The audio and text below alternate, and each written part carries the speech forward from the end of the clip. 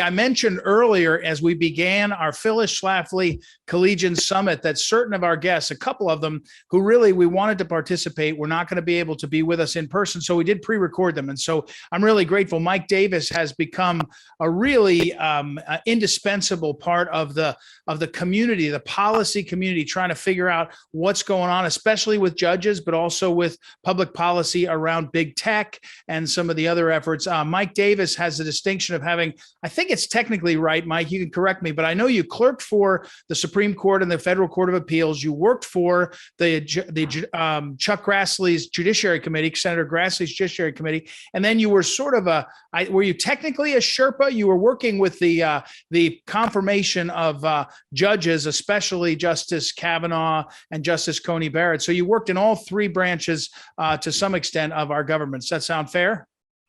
That is fair. Thank you, Ed. Well, and Mike Davis comes to us live on this tape. We're taping from Dublin, where he went to a wedding of one of his buddies, friends of his. And so we're really grateful. Mike, before I forget, the best place for people to follow your stuff, is it you're the founder and the president of the Article 3 Project, article3project.org. Is that the best website? I know you also do some policy conversations and support on big tech, but what do you prefer? So I would do article number 3project.org or theiap.org, theiap.org. The Article 3 is the judicial fight. The Internet Accountability Project is there goes my light, is the big tech fight. Let me put my light back on. There we go. There you go. Good. I'm so ugly, I broke my light. Well, so Mike, before we get you again, you have the distinction of working. You worked for Justice Gorsuch, both as when he was on the Court of Appeals and in the Supreme Court. You know some of these people, Brett Kavanaugh, Amy Coney Barrett. How do you react to you're Irish. You like a good fight. You like, you like a good argument. The old joke that Phyllis Schlafly used to love to tell is Irishman's walking down the street and he sees a fight going on the sidewalk, and he goes over and taps one of the two fighters on the shoulder and says, "Is this a private fight or can anyone jump in?" And so, that's right. But even you, ready for the back and forth. The extent, Justice Kavanaugh had someone come to his home, right, with a gun. I mean, we've gone past sort of rhetoric, right? I mean, what's your thoughts? So, well, this light's not going to work, so I'll just do it without it. Keep going. So I would say this, Ed, what we're seeing with a deranged man traveling across the country from California, taking a cab to Justice Kavanaugh's house at like 2:30 in the morning with a gun and zip ties and cushioned shoes. This has gone too far. And I put the blame for this squarely on Attorney General Merrick Garland, because he has allowed these illegal protests to happen at federal judges' homes, to dox these federal judges so these deranged people know where they live. We have very broad First Amendment rights in this country, but there are time, place, and manner restrictions. And there is a federal statute, 18 U.S.C. 1507, that makes it obstruction of justice to protest outside of a federal judge's home, because you have to think about, you have First Amendment rights, but the parties before that court have due process rights. They're supposed to get a fair hearing from this judge. And if this judge feels threatened in their home to rule a certain way on that case, you're violating their due process rights.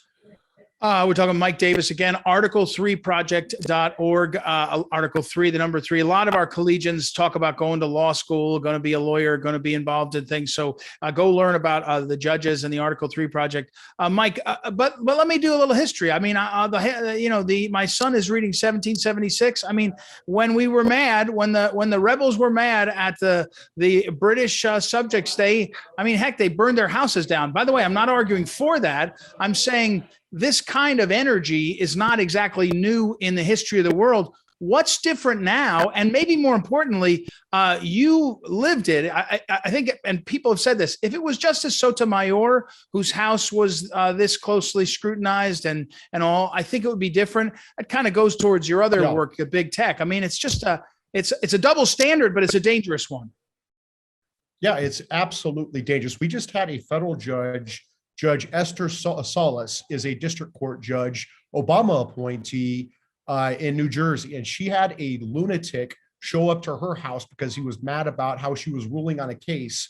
And this guy ended up killing her 20-year-old son, Daniel, and seriously wounding her husband. I mean, this is this is dangerous stuff. And, look what's happened over the last 2 years since 2020 with Chuck Schumer going to the steps of the Supreme Court and threatening Justice Gorsuch and Justice Kavanaugh by name if they ruled the wrong way on another abortion case. When you have these protests at these federal judges' home, at these justices' homes, and Jen Psaki, the White House press secretary, is encouraging these protests when it's a violation of federal statute. And then you have Merrick Garland not doing a darn thing about it, not enforcing this statute to end these illegal protests, yet he's sending the FBI after parents who are protesting at public school board meetings. And then, how do you square that? You have people threatening justices, their families in their homes. Even before the Kavanaugh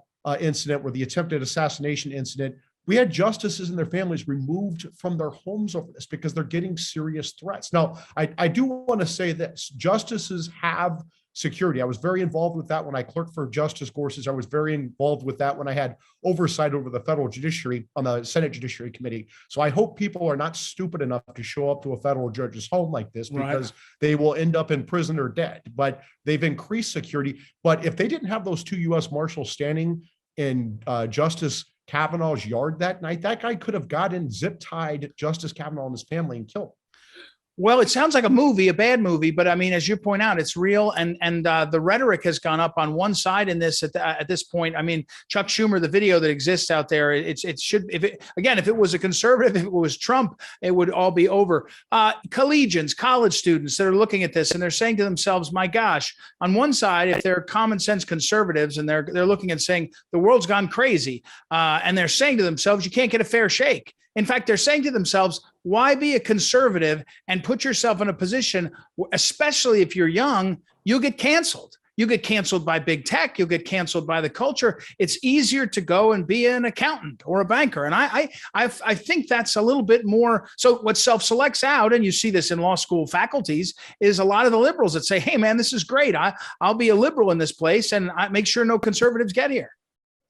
So the Democrats have let their Marxist wing take over their party over the last couple of years with BLM and Antifa and all these, these woke cupcakes at universities who want to censor and silence and deplatform, cancel conservatives. I think that Democrats are going to be in for a rude awakening here in November, when the American people, particularly independents, and even some of these female voters who would otherwise vote for Democrats say, you know what? I don't want this culture. I don't want this culture where my 16-year-old son is canceled for the rest of his life because something he put on Facebook that was stupid. I don't want my husband to lose his job because he did something stupid online 15 years ago. I think people are tired of this. And I think there's going to be a great awakening. And I would say to the young people out there, don't cow to this stuff, because it is dangerous what the woke left is doing. They're Marxists. They're trying to destroy our country. They hate America and they're trying to destroy it. It's not your grandmother's Democrat Party anymore. These are not liberals who, agree with conservatives on equal opportunity and equal rights and equal protection. We just disagree on the ways to get there. That's not the woke left now. These are Marxists. They hate America. They're leftists. They hate America and they want to destroy us. One of the things during Collegians, and Mike Davis, who we're talking to, has been a part of our Collegians when we had it in person completely a few years ago, and this hybrid of virtual where we're doing it online. And we ask our students to give us questions. What do they want to ask? I mean, you and I, Mike, and I can talk all day about all this stuff because we find it interesting and we have mutual friends and overlap. But because we're preparing ahead of time for Mike, I asked my daughter, who will be a college freshman. So she's right on the front. We've been fighting with her for years now, 2 or 3 years, over social media, and we kept her off of a lot of the big tech, all the social media. But I asked her, and she was, I think it was TikTok. She wanted to look at TikTok for another hour. And I said, it's just a waste of your time, or worse, it's brainwashing or worse. And so her question was, does Mike Davis, who studies this stuff, think anything will ever stop them? Because to her, as an 18-year-old, it's gotten bigger and bigger every year of her life. And she hasn't even had it that long. So stop big tech. Is that what you're asking? Yeah. I mean, what happens? Stop big tech. Yeah. Stop big tech. So that's part of the internet accountability. I'm sorry that this light is a disaster at the hotel here, but with the Internet Accountability Project, we are on the cusp of passing a key antitrust bill, bipartisan antitrust bill before August. That's going to be a crucial first step into breaking up big tech. These are trillion-dollar big tech monopolies: Google, Amazon, Facebook, and Apple. And as conservatives, we should believe in free markets. And in order to have a free market, you must have a functioning market. And when you have trillion-dollar monopolists using their power to crush competition, shutter small business, cancel conservatives, we no longer have a functioning market. We no longer have a free market. So we need to turn to our century-old antitrust laws from Teddy Roosevelt to use this targeted law enforcement. It's the opposite of regulation. It is law enforcement. You're using the Justice Department and the FTC to target these cancerous tumors on the market: Google, Amazon, Facebook, and Apple, and to make sure that they don't have this gatekeeper control. They don't control online commerce. They don't control the information. They don't swing elections. And so that's the big thing that we're doing at the Internet Accountability Project. Is this? It's called the S2992. It's my former boss, Senator Chuck Grassley, Congressman Ken Buck, all-star conservative from Colorado, working on these bills with Amy Klobuchar and David Cicilline, two liberal populists. I think liberals hate big tech because they're big. Conservatives hate big tech because they're woke. So there is a rare window of opportunity where we can come together before August, before the Democrats and Republicans go into their warring midterm camps, and we can actually pass this key bill. Who opposes it, Mike? When you say it like that, it's very convincing. You say, hey, we got to do something. Everybody knows Amazon is destroying our economy in terms of the participation. Everybody has a story on that. Who opposes it? Just the people that are supported by Amazon? I mean, how do you justify the opposite, or not? How do you justify not doing something?